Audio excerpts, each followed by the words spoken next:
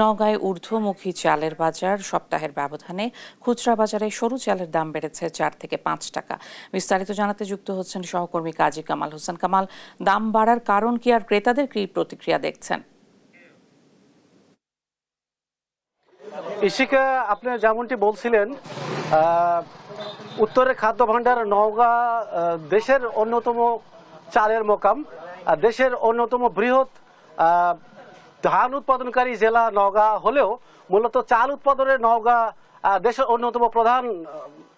কিন্তু এইখানে গত এক সপ্তাহের ব্যবধানে মোটা চালের দাম একই রকম থাকলেও চিকন চালের দাম বেড়েছে 5 থেকে 6 টাকা করে।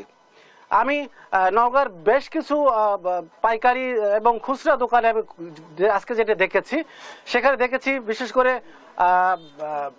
দেশি যে কাটারি ভোগ, যেটা এই কাটারি জাতের চাল বিক্রি হচ্ছে 78 থেকে 80 টাকা কেজি দরে। এছাড়া জিরার বিক্রি হচ্ছে 78 থেকে 80 টাকা কেজি দরে। এছাড়া অন্যান্য যদি বলা হয় যে সরলা 5 থেকে শুরু করে অন্যান্য জাতের চালের দাম মোটামুটি আগের মতোই আছে। এছাড়া ভারত থেকে আমদানিকৃত যেটা কাটারি ভোগ বা জিরা যেগুলো, সেইটার দামও মোটামুটি সহনীয় পর্যায়ে 70 টাকা করে আছে। এবং এই হঠাৎ করে মূলত এই রোজার মধ্যে চালের দাম বৃদ্ধি হওয়ার কারণে ভোক্তা সাধারণ চরম বেকায়দায় পড়েছে। আমি এই মুহূর্তে আমি কথা বলার চেষ্টা করবো নওগাঁ জেলা চালকল মালিক গ্রুপের সাধারণ সম্পাদক ফরহাদ হোসেন চকদারের সাথে।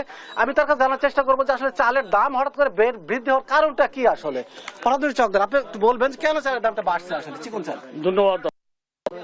চিকন চাউলের দাম বৃদ্ধি পাওয়ার মূল কারণ সিজনের শেষ সময়, এই সময় আর মাসখানিক পর বা 1-1.5 মাস পর নতুন ধান আসবে। জিরা এবং কাটারির ধানের মূল্য শুধুমাত্র বেশি। এই জিরা এবং কাটারির ধানের দাম বেশির কারণে চাউলের দামটা বৃদ্ধি পেয়েছে। আর অন্যান্য ভ্যারাইটি যেমন সন্ধ্যা 5 আমদানিকৃত চাউল, সেগুলো প্রায় 1-1.5-2 মাস থেকে স্থিতিশীল পর্যায়ে রয়েছে।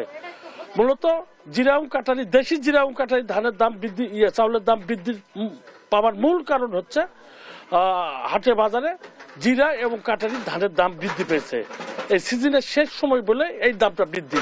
তবে আশা করি নতুন ধান আসলে আবার সহনশীল পর্যায়ে চলে আসবে। ধন্যবাদ।